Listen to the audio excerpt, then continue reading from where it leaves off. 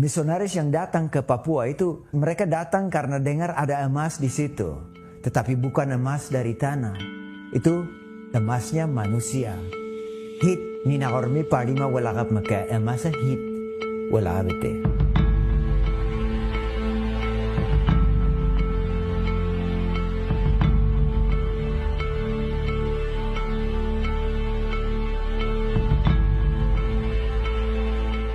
Mungkin ada yang berpikir bahwa kedatangan para misionaris pada tahun 1954 adalah awal dari sejarah kita.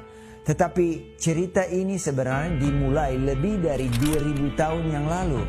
Ketika Yesus Kristus mengutus murid-muridnya untuk pergi ke ujung bumi untuk memberitakan Injil anugerah Tuhan kepada semua yang belum mendengarnya.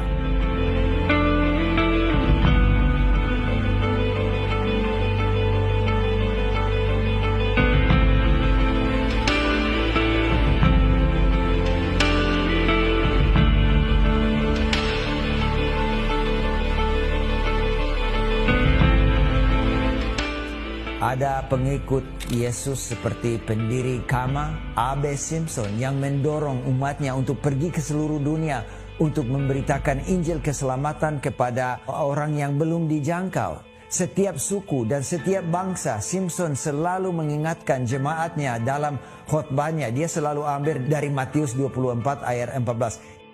Injil ini akan diberitakan di seluruh dunia sebagai kesaksian bagi semua bangsa dan kemudian akhir akan datang. Yi akuniti akuni motok inilua aswaluk o yi aiti ayo silik lakap halokhe o ilugun huri baka arat hat la sigino.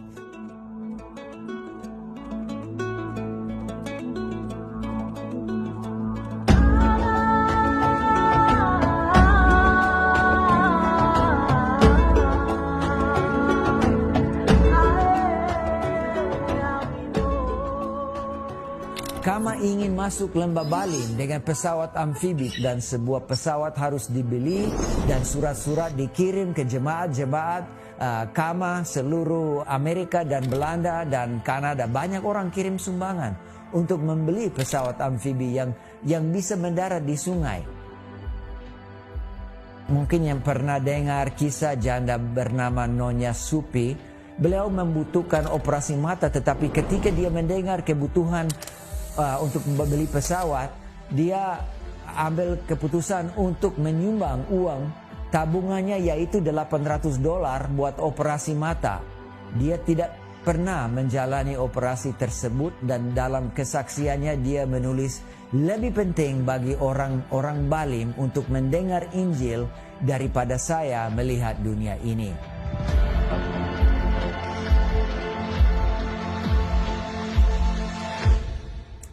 Akhirnya, KAMA bisa membeli pesawat di Irlandia dan pilot Albert Lewis dan Ed Ulrich menerbangkan pesawatnya The Gospel Messenger atau pembawa Injil. Pesawat itu etakare hano ne wolok atau ala ne wolok.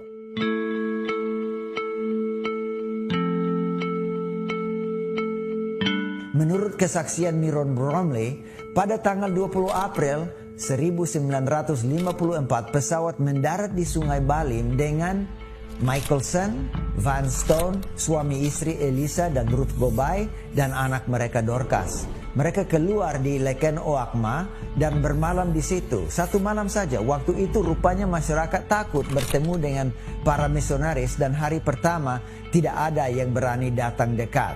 Hari yang kedua, tanggal 21, pesawat kembali dengan Miron Bromley, Adrian Rumanderi dari Serui dan Rumbekwan dari Biak dan Topi Tuma Gobay dari Paniai. Setelah penumpang keluar, pesawat langsung kembali ke Sentani dan tim kecil yang di Leken Oakma pakai rakit karet untuk menyeberang ke Minimo. Karena menurut mereka ada terlalu banyak rumput, bambu atau dokop dan pati arok Oakma di Leken Oakma. Jadi kutipan Bromley, dia bilang, sudah di tengah kali kami lihat ke belakang dan lihat barang yang ditinggalkan dikelilingi oleh orang-orang. Keluarga Elisa Gobay, saya dan kawan lain dari Paniai ditinggalkan di Minimo untuk pasang tenda, sedang Nicholson, Elisa dan Adrian kembali untuk ketemu dengan orang yang sudah datang.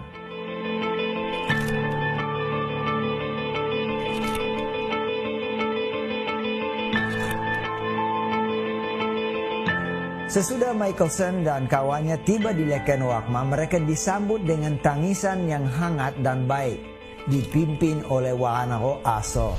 Dia seorang dukun yang mewakili kepala suku besar Ukumhearik, Olokomah namanya.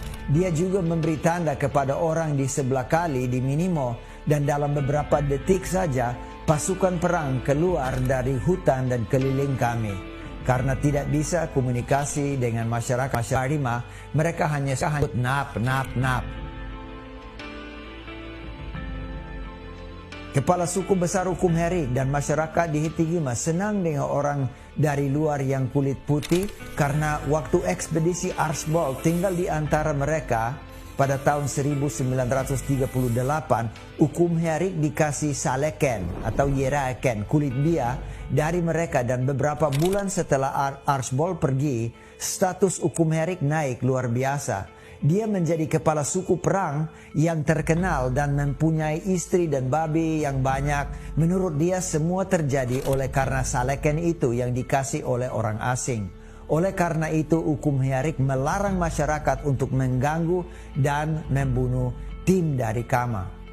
Bromley lanjut. Rombongan kami lengkap sesudah beberapa hari dengan kedatangan tenaga dari jemaat Elisa Gobay di Paniai, yaitu Yare Toktaka Gobay, Kebo Gobay, Uwobuwi Gobay, Tobino Kebo Gobay, Umagiri Kayame, Kopia Yemo dan Bemupai Mote, dan tanpa mereka pasti niat kami ke sini tidak mungkin terlaksana.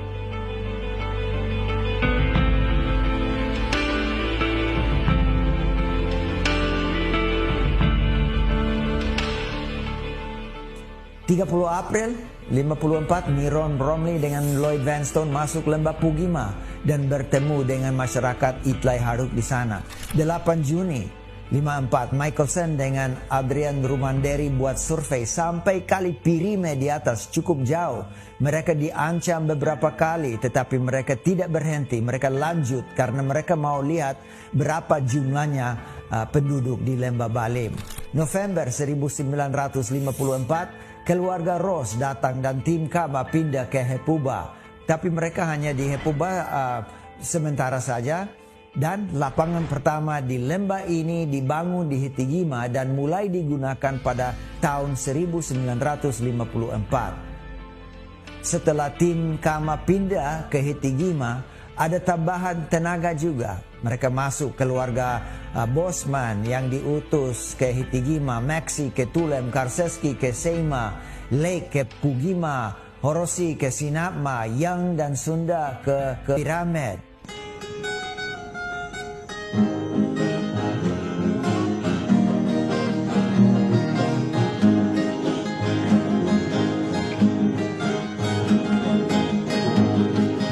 April adalah 70 tahun sejak Injil masuk lembah. Dr. Robert Jeffrey punya visi sudah dipenuhi, yaitu bahwa masyarakat lembah Balim dan seluruh Papua akan mendengar berita keselamatan yang mereka bawa. Tetapi hari ini saya ingin tanyakan, apakah kita rela korbankan uang, posisi, dan kehidupan kita untuk Tuhan seperti mereka? Di mana tanda kalau kita sudah sungguh-sungguh menerima dan siap lakukan Injil? Apakah kita siap korbankan kehidupan kita seperti pahlawan-pahlawan kita yang masuk lembah ini 70 tahun yang lalu? Tidak cukup Injil masuk lembah Balim. Apakah Injil sudah masuk hati kita? Dan apakah Injil keselamatan sudah mengubah hati kita sampai kita berdampak di dunia? Selama 1 tahun, pilot Albert Lewis melayani tim Kama yang di lembah Balim. Pada April 28, 1955, dia menuju lembah Balim dan menabrak gunung di area Pas Valley. Dia meninggal dalam kecelakaan pesawat itu. Saya sendiri sekitar 15 tahun yang lalu mendarat dengan helikopter di tempat kecelakaan pesawat The Gospel Messenger. Dan waktu itu saya cabut baling-balingnya. Dan saya ingat apa yang saya pernah baca waktu saya di sekolah Alkitab. Albert Lewis pernah tulis, saya sadar kalau melayani di Papua akan sangat mahal, tetapi saya rela membayar itu. Baling-baling yang saya ambil dari pesawat itu saya simpan di rumah. Ada di rak di rumah saya untuk mengingatkan diri saya, anak-anak saya dan cucu-cucu saya bahwa suatu saat yang ada orang-orang yang sangat setia yang melayani Allah. Saya ingin milik komitmen yang sama. Tidak cukup, Naomi, kita hanya merayakan hal-hal yang dilakukan para perintis di masa lalu. Kita harus melakukan apa yang Injil perintahkan kepada kita saat ini. Kita harus menjadi pelaku Injilnya. Itu berarti menjangkau semua orang dengan keselamatan yang mulia, memberi makan mereka yang lapar, menolong janda dan yatim piatu, memperhatikan lingkungan yang Tuhan ciptakan, menyelamatkan anak-anak jalanan, perhatikan orang yang sakit dan membawa semua dari gelap masuk kepada terang. Sampai itu terjadi, kita hanya bisa katakan Injil masuk Balim. Semoga suatu hari nanti kita bisa katakan Injil menetap di lembah Balim. Kita harus bergerak sekarang. Laksanakan apa yang Injil katakan pada kita. Banyak dari orang tua dan kakek nenek kita mengorbankan demi Injil. Apa yang kamu korbankan demi Injil? Yesus Kristus berkata, setiap orang yang mau mengikut aku, ia harus menyangkal dirinya, memikul salibnya, dan ikut saya.